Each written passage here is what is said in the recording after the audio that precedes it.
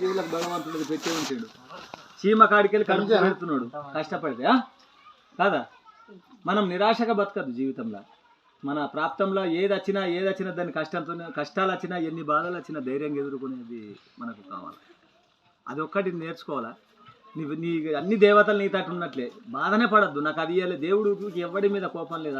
అందరికీ మూతిచ్చిన దోషంకు మేత ఆయననే పెడుతుండు. ఇన్ని జీవులకు మనం ఏమైనా చేస్తున్నామా? ఏనుగు రోజు ఒక ఎకరం పైరు తింటుంది. దానికి కావాల్సినంత మండలు రోజు దొరుకుతున్నాయి. ఎవడు పెట్టించిండు? కొన్ని వేల ఏనుగులు ఉన్నా దొరుకుతున్నది. ఎన్ని ఉన్నది తింటున్నది. ఏ ప్రాణి రాత్రి అయితే అన్ని తిని పంటున్నాయి. ఒక్కటన్నా దొరుకుతుంది. పిల్లగాడికి పాలు చేయకు తెల్లం దాకా ఎంత దొరుకుతాడు? టీకాలు బొబ్బలు పెట్టాడు వాడు కదా.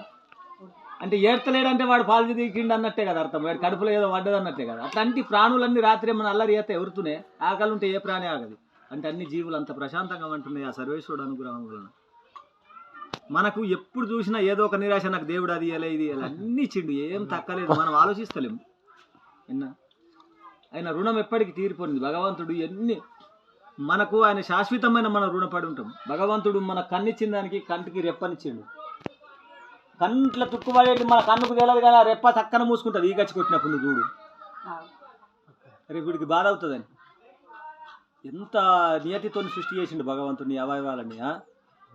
నీకు ఎన్ని లక్షలు ఇస్తావు ఒక ఆర్టుకు 24 hours లబ్ డబ్ ఇప్పుడు డమ్మరకం వాయిస్తూ నడుస్తూ ఉంటుంది ఆగకుండా. దానికి ఏం కడుతున్నావు? ఎంత ఫీజు ఇస్తావు నువ్వు? శ్వాస రోజు ఒక ఆరోగ్యం మంచిగా లేకపోతే కరోనా టైంలో రోజుకు ₹1 కోటి పెట్టిన వాళ్ళు ఉన్నారు ఆక్సిజన్ తో.